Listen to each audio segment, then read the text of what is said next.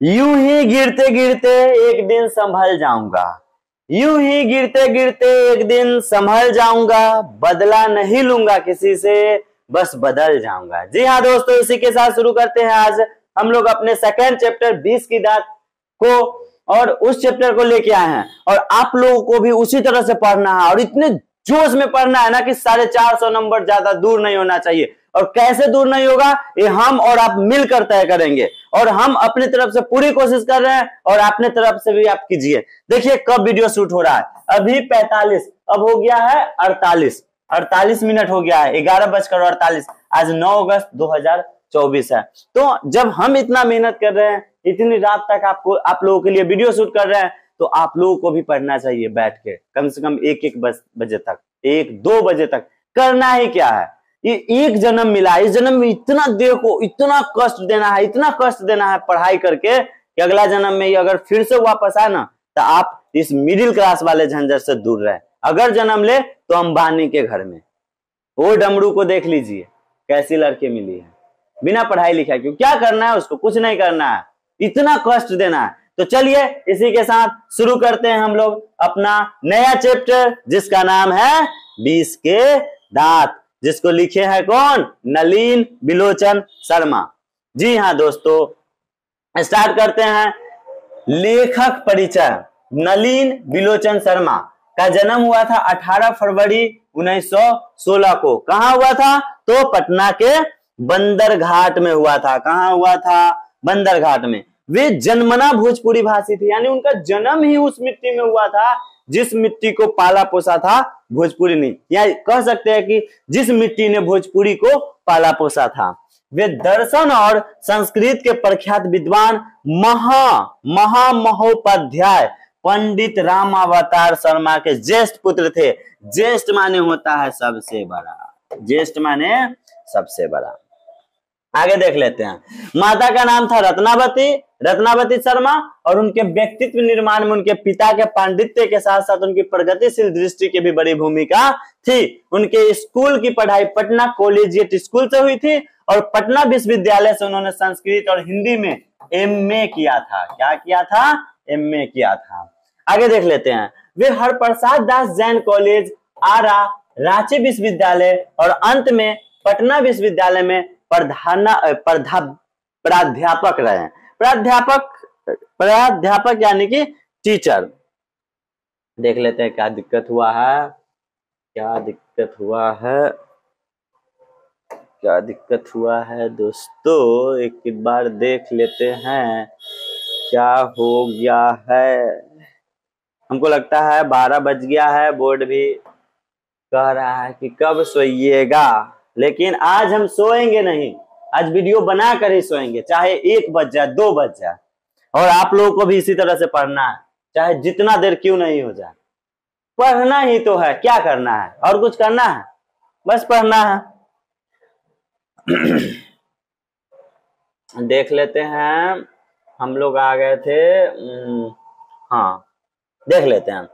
तो उसके बाद क्या हुआ कि पटना विश्वविद्यालय के हिंदी विभाग के अध्यक्ष हुए, और मृत्यु पर्याप्त 12 सितंबर 1961 तक इस पद पर बने रहे। यानी कि जब तक वे मर नहीं गए तब तक वे क्या रहे, तो हिंदी विभाग के अध्यक्ष रहे। कहां, तो पटना विश्वविद्यालय। कहां, पटना विश्वविद्यालय। आगे देख लेते हैं।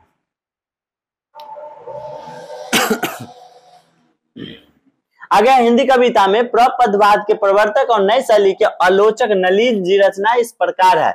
उनकी रचना क्या क्या है, दृष्टिकोण, साहित्य का इतिहास, दर्शन, साहित्य का इतिहास, दर्शन, मानदंड, हिंदी उपन्यास, विशेषतः प्रेमचंद, साहित्य तत्व और आलोचनात्मक ग्रंथ 20 के दांत और 17 असंग्रहित पूर्व छोटी कहानियां, यानी जिसको संग्रह नहीं किया गया था, अलग अलग करके। उसके बाद है कहानी संग्रह, उसके बाद केसरी कुमार तथा नरेश के साथ काव्य संग्रह, नकेन के प्रपद और नकेन 2 सदल मिश्र ग्रंथावली, अयोध्या प्रसाद खत्री स्मारक ग्रंथ, संत परंपरा और साहित्य आदि संपादित ग्रंथ है। आलोचकों के अनुसार प्रयोगवाद का वास्तविक प्रारंभ नलिन बिलोचन शर्मा की कविताओं से हुआ, और उनकी कहानियों में मनोवैज्ञानिकता के तत्व समग्रता से उभर कर आए। आलोचना में आधुनिक शैली के समर्थक थे। बेकत थे, शिल्प, भाषा आदि सभी स्तरों पर नवीनता के आग्रही लेखक थे।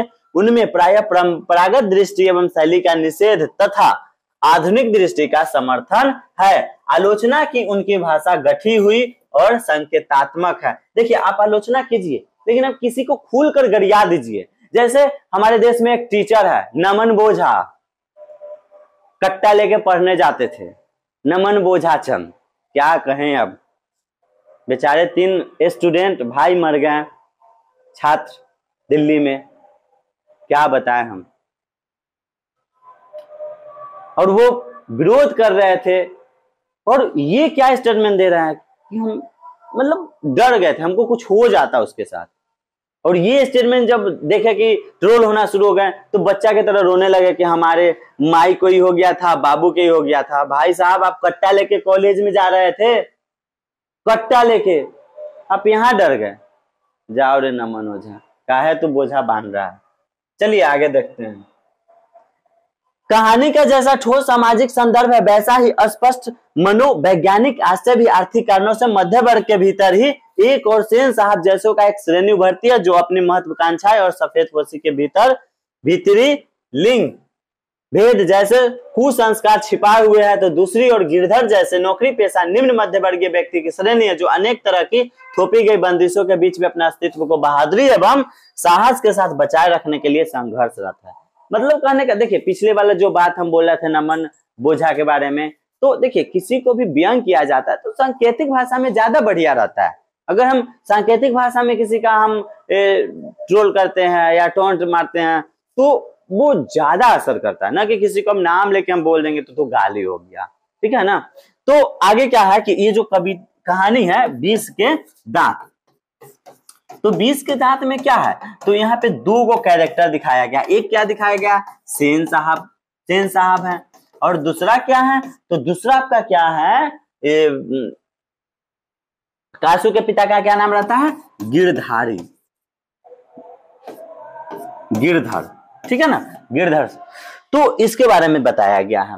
क्या कहता है कि यह कहानी सामाजिक भेदभाव, लिंग भेद, आक्रामक स्वार्थ की छाया में पलते हुए प्यार दुलार के कुपरिणामों को उभारते हुए सामाजिक समानता एवं मानवाधिकार की महत्वपूर्ण वानगी पेश करती है। पहले एक बार हम इसको पढ़ लेते हैं। हाँ चलिए अब यहां से देख लेते हैं। मतलब क्या है कि ये जो कहानी है ना, हमारे समाज में अमीर गरीब, महल झोपड़ी, है ना, मांस हड्डी, गली के कुत्ते, महल के कुत्ते, ये सब कुछ सांकेतिक भाषा में ये कहानी में आया है और ये बताता है कि दोनों में कितना भेद है। फिर ये कहानी ये भी बताता है कि किस तरह लड़कियों में भेदभाव किया जाता है और लड़कों में किस तरह से भेदभाव किया जाता है। जैसे आप गांव में अभी भी देखते होंगे कि अगर घर में 4 को मिठाई आता है ना, एक बेटा है 4 बेटी है, तो क्या किया जाता है ना कि 2 मिठाई को 2-2 टुकड़ा कर दिया जाता है, तो 4 हो गया, तो चारों बेटी को मिल गया और बेटा को 2 मिल गया। अब बेटा 2 खा लिया, जैसे खा लिया करना शुरू कर देता है, करता है। अब बेचारी अब बहन सोचती है कि वो आधा गया, बेचारी देखते रहती उतने देर में, चल दही बाद में तू खाइया ही, ऐसे दही लड़का खा लेते और वो भी उससे छीन के क्या करते हैं, दे देते हैं। तो इस तरह से भेदभाव होता है। देखते हैं कहानी में क्या होता है, आगे हम सुनाते हैं। 20 के दांत शीर्षक कहानी के लेखक श्री नलिन बिलोचन शर्मा हैं। उन्होंने अपने लेख में सामंती मिजाज के धनवान परिवार और उसी पर आश्रित एक गरीब परिवार का चरित्र चित्रण किया है। वो जो गिरधर था वो उन्हीं के फैक्ट्री में काम करता था, उन्हीं के यहाँ काम करता था, उन्हीं के घर के बाहर एक कोने में रहता था, तो उसका भी कहानी है।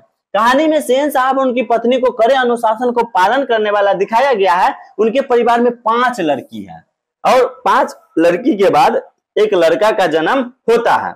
लड़कियों के ऊपर अनुशासन की छड़ी बहुत कड़ी है, जिसमें लड़कियां मानो मिट्टी की मूर्ति बन चुकी है। उसी परिवार में लड़का सबसे छोटा है। सारा अनुशासन, घर का नियम व्यवस्था, सब कुछ उसके लिए फेल है। लाल प्यार में शरारती हो चुका है। अभी उम्र 5 वर्ष का, लेकिन नौकर बहन आदि पर हाथ चला देता है। मतलब क्या है कि देखिए, वो जो 5 को लड़की हुई ना, तो उसको क्या करना है ये नहीं बताया गया है। लेकिन उसको क्या क्या नहीं करना है ये जरूर बताया गया है। उसको कब घर के बाहर निकलना है, कब खेलना है, कितना खेलना है, कौन सा खेल खेलने से फायदा होगा, ये बताया गया है। अब तोड़फोड़ तो करती ही नहीं है, क्योंकि इस तरह से उसको ट्रीट दिया गया है ना कि बेचारी, इस दुनिया में अगर सबसे ज्यादा कोई सताया हुआ है ना, सबसे ज्यादा, तो 1 नंबर पर लड़का है, नंबर 2 पर लड़की आती है।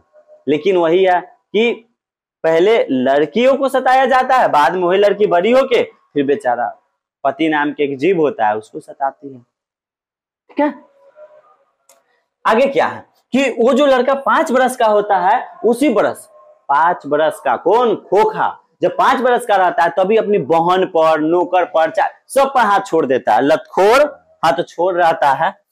एक दिन सेन साहब अपने दोस्तों के साथ ड्राइंग रूम में गपशप कर रहे थे। उनके एक पत्रकार मित्र भी थे, और पत्रकार मित्र जो था उनके दूर के रिश्तेदार भी था।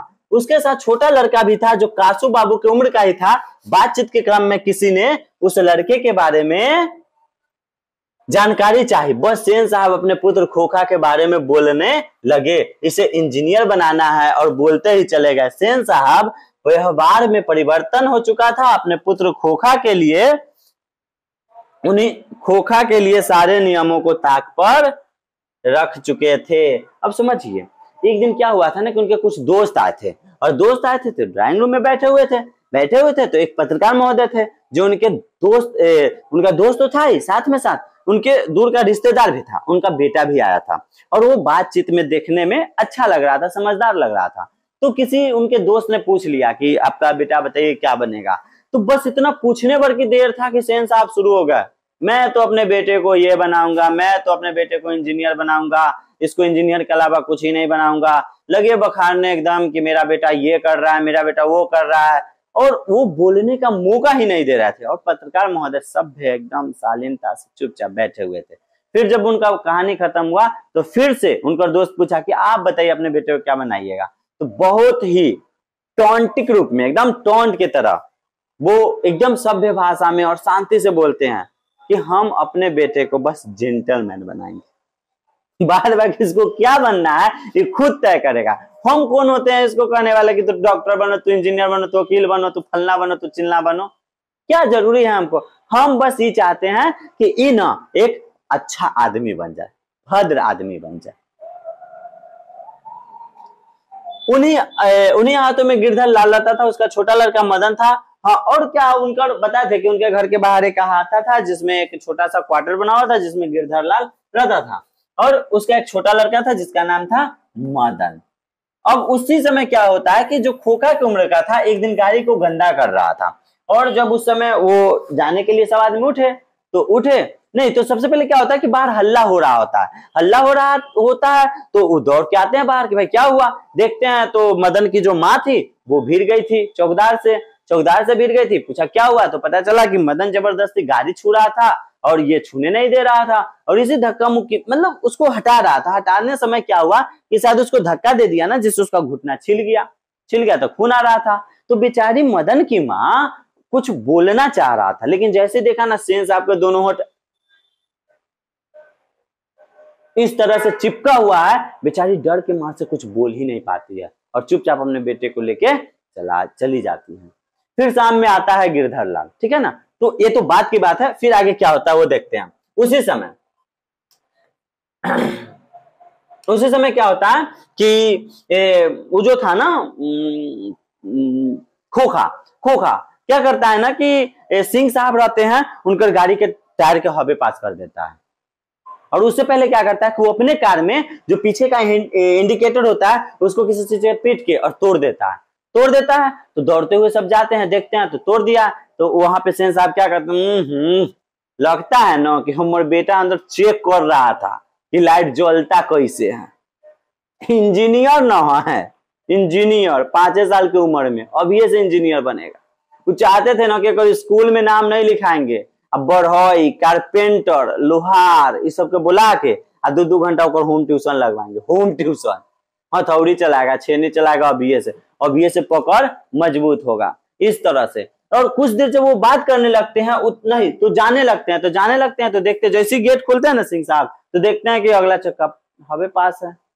बेचारे आगे जाते हैं, देखते हैं फिर पीछे वाला पास है, समझ जाता है कि ये कारीगरी किसका है। और फिर जब रात की बात आती है तो जब गिरधर फैक्ट्री से वापस आता है तो सेन साहब बुलाते हैं और बोलते हैं कि हम अंतिम बार तुमको समझा रहे हैं, तुम्हारा बेटा का जो लक्षण है चोर डाकू डकैत बनने वाला है, समझा लो अपने बेटे को। समझा लोगे तो अच्छा रहेगा ना, तेरा बाद हम तुमको समझाएंगे नहीं। अब उसी समय क्या होता है कि गिरधर लाल रात में जाता है और अपने बेटे को खूब पीटता है, इतना पीटता है ना कि रात में जोर जोर से चिल्लाने की आवाज सेन साहब के बेडरूम तक आता है। मदन के रोने की आवाज सुनकर काफी खुश हुए। अगले ही दिन कासू बाबू खेलने के लिए बगल के गली में चलेगा और उस रात उसको भर पेट पिटाई लगता है। फिर कल होकर क्या होता है कि जो कासू होता है यानी खोखा, वो चला जाता है कहाँ खेलने, तो बगल वाली गली में, जहां मदन अपने चेलों के साथ लट्टू नचा रहा होता है, जहां मदन अन्य लड़का लट्टू नचा रहा होता है। और जब वहां पहुंचता है वो लट्टू नचा रहा होता है तो कासू यानी खोखा कहता है, यार हमको भी 2 लट्टू नचाएंगे। तुम्हारे बाप का है लट्टू?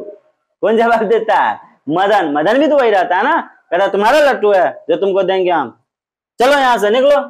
तो जैसे ही बोलता है ना वैसे ही क्या करता है खोखा, तो हाथ छोड़ रहता है, लतखोर रहता है, बहन नौकर चाकर सब पर हाथ चला देता है। एक फेर जमा दिया मदन को, जमा दिया, बस मदन भी धोकर उसको 2-3 मुक्का जमा दिया।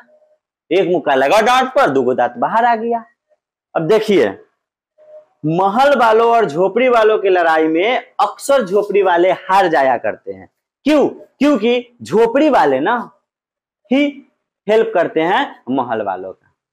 कहते हैं ना कि अगर आपको आगे बढ़ना है तो आप अपने से, जो आपका अपना है ना, बस उससे बच के रहिए, क्योंकि वो आपका पैर छुएगा, लेकिन ये नहीं सोचेगा कि पैर छुएगा, वो आपका पैर खींचने आएगा और वही आपको गिराएगा, क्या ना। लेकिन यहाँ पे वो बच्चे नादान रहते हैं, भोले भाले रहते हैं, उनके पास इतना ज्ञान ही नहीं रहता है, बस वो मजा लेते हैं दोनों के लड़ते हुए देखकर।